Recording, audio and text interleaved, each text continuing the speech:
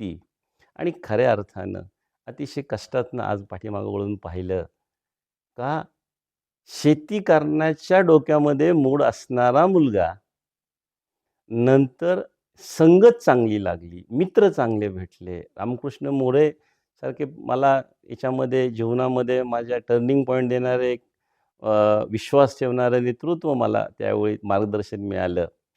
पुणे जिल्हा शिक्षण मंडळाने साथ दिली. खरं तर माझे आजोबाही स्वातंत्र्य सैनिक.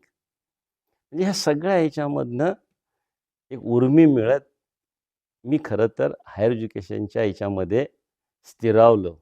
पण ह्या सगळ्याचं श्रेय जातं माझ्या आई-वडिलांना. कारण अतिशय वाईट परिस्थितीतनं म्हणजे गरीब परिस्थितीतनं कुठेतरी बी-एससी झाल्यावरती नोकरी यायला एवढीच इच्छा होती.